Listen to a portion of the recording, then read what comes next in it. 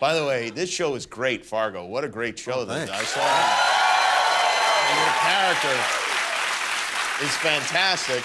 Yeah, I want to be careful because I don't want to give anything that shouldn't be given away. But you're a hitman on the show in Fargo, of all places. Oh, yeah. And do you even do research for something like that? I mean, it's not like you can go on ride-alongs for hits, right? Oh, no. No, you don't do that. But, no, I mean, the thing about this character, he's sort of this mysterious guy from out of town. He's not a Fargo guy. And so you don't really know his past, and you probably don't want to. It was probably the first character I ever played where I didn't worry about the backstory, because in so many ways, I mean, he has no conscience, and he just likes to mess with people.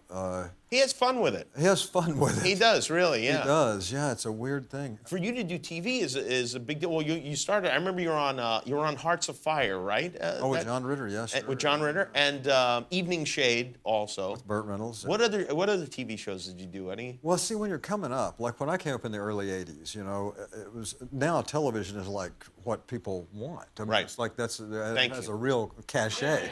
I like to think I played a big part in that. And but when I was coming up, you know, TV was different, and the censors were a little stiffer, so I think that was a lot of the reason Right. for it. But one way or the other, when you're auditioning for things, a lot of it was TV, and so I did things like a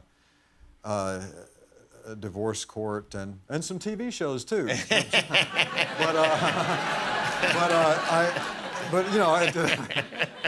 did like. You know, Matlock. Awesome. Knots Landing, you know, things like that. Even better. And I was, Really? Right.